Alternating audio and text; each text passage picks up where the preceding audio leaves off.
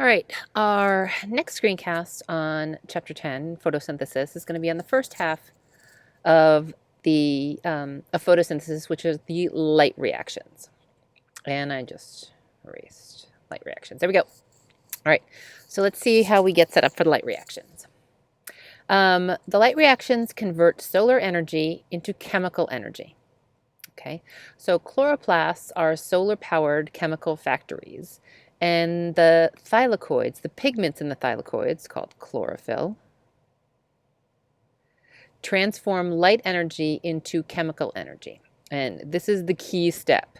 And the type of energy they transform it into is ATP and high-energy electrons in NADPH. And a quick note here on our electron carrier for photosynthesis. In cellular respiration, we use the electron carrier NAD+. And for photosynthesis, we're going to use the electron carrier NADP+. Okay?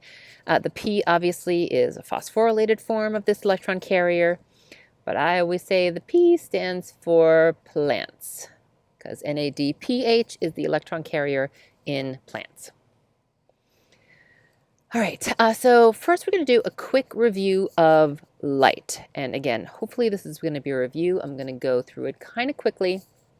Let me know in class if you need anything more than this. So light is a form of electromagnetic radiation. Like other forms of electromagnetic energy, it travels in waves. Okay, waves can be measured by their wavelength, the distance between the crests or between the troughs of the waves. And the wavelength determines the type of electromagnetic energy.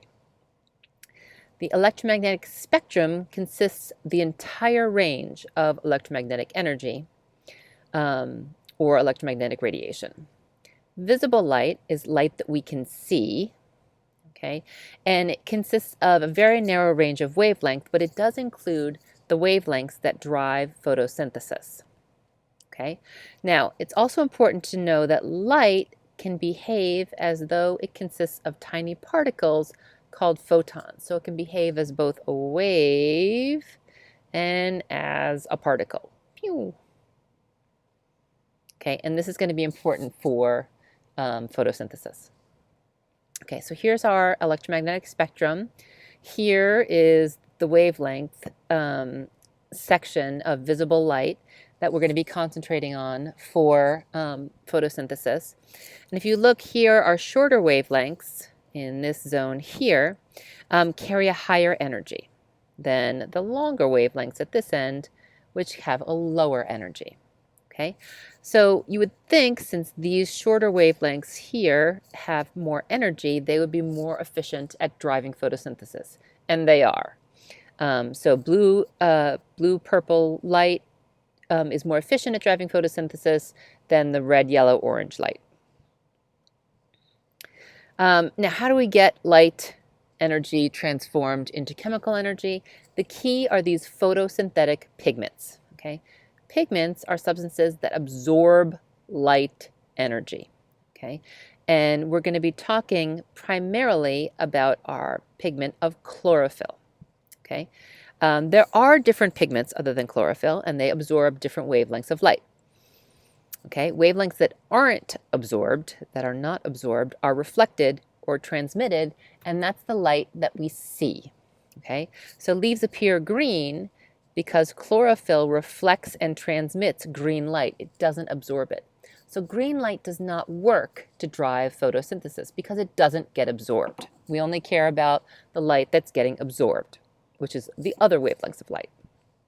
Okay, so here's a look at a chloroplast. Here we have our thylakoids full of chlorophyll. Chlorophyll appears green because it is reflecting and transmitting the green light. Okay, all the other wavelengths of light are absorbed by the thylakoids and used to drive photosynthesis, but green light is not. It's reflected and transmitted. Now, there are machines that can measure a pigment's ability to absorb wavelengths of light, and it's called the spectrophotometer. Okay, this machine sends rays of light through pigments and measures the fraction of light that is transmitted or absorbed at each wavelength. Okay, so here we have white light, which consists of all wavelengths. Shoot it through a prism that breaks it up into the different wavelengths, and then we have a slit so that we can just allow a selected wavelength of light through. If we put green light through, we'll see that it basically is transmitted straight through, none of it is absorbed, okay? And then a galvanometer can detect. And so green light has a very high transmittance or a very low absorption, okay? So which says chlorophyll absorbs very little green light, so that light is not used to drive photosynthesis. If you alter the slit slightly so that it passes blue light through the slit, the blue light is absorbed by the chlorophyll. So it has very low transmittance, which is high absorption. So chlorophyll absorbs mostly blue light. Okay? And then that tells you that the blue light would be better at running photosynthesis than a green light. If you shone just a green light on a plant, it would basically die because it can't run photosynthesis with only green light. You can look at an absorption spectrum, which is a graph that plots the light absorption versus wavelength, and it'll tell you the best wavelengths at which to drive photosynthesis. Okay, if you look at the absorption spectrum, which we're going to do in a second, of chlorophyll A, says violet, blue, and red light work the best for photosynthesis. Okay, and then the action spectrum profiles the effectiveness of different wavelengths at driving the process of photosynthesis. So here's an absorption spectrum. So here are chlorophyll A pigment. Most of the chlorophyll pigments here. Carotenoids are another photosynthetic pigments. You see they have high absorbance in the blue and violet range and a little bit of absorbance down here. So if you look at an action spectrum, the ability to drive photosynthesis, and we measure this by release of oxygen, which you remember a product of photosynthesis is oxygen. So the ability to release oxygen is very high in this range and right here. And this guy named Engelmann, we're going to describe his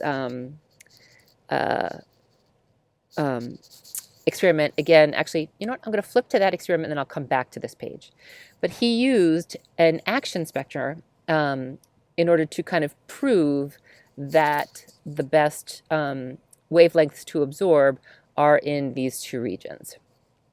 And so Engelmann looked at the action spectrum, and this is 1883.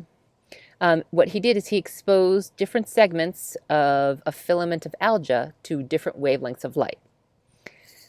The areas that received wavelengths favorable to photosynthesis produced excess oxygen.